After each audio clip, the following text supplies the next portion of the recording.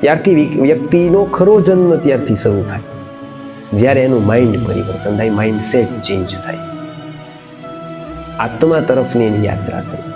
પણ દુર્ભાગ્ય છે કે આપણા સમાજમાં આજે એવું વાતાવરણ નથી કે એને કોઈ એવું યાદ આવે.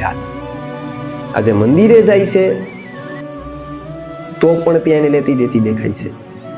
આજે ધર્મસ્થાનોમાં જાય છે, આવું શબ્દ જ સાંભળવા નથી. ત્યાં પણ રંગ રોગાન ને બગીચો ને એવું જ બધું છે. એના માટે તો કોર્પોરેશન કરે જ છે બધું.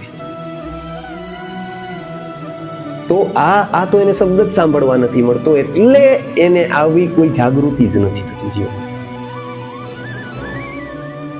તો આ જાગૃતિ આવે એના માટે ઘણા બધા મહાપુરુષોએ ઘણું બધું ચિંતન કર્યું છે, અને એક જ કામ કર્યું છે, મનુષ્યના મનનું. કેમ કે એને ખબર છે કે મનુષ્યનું મન છે ને અતિ વિલક્ષણ છે. એની ઉપર જો કામ કરવામાં આવે ને એ શુદ્ધ થાય એટલે એનો વિકાસ શરૂ થાય. અને એ વિકૃત છે તો 1,00,000 વિકૃતિ ઊભી કરી શકે છે.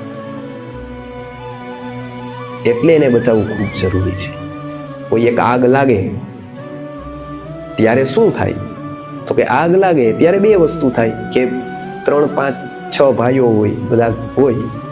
તો આગ લાગે ત્યારે શું થાય? તો કે નિર્બુદ્ધ વ્યક્તિ ને બુદ્ધિમાન વ્યક્તિ કોણ?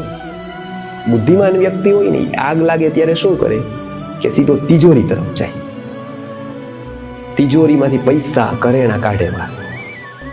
ઈ બહાર કાઢે, નીકળી ગયું પથાઈએ કરે, થોડું પલંગ કાઢવાની, બીજું કઈ કરે. નિર્બુદ્ધ વ્યક્તિ શું કરે? પલંગ કાઢતો રહે, પલંગ કાઢતો રહે બધી બાજુથી, ત્યાં ઓલું સળગી જાય બધું. અત્યારે પણ એક એવી આગ લાગી ગઈ છે.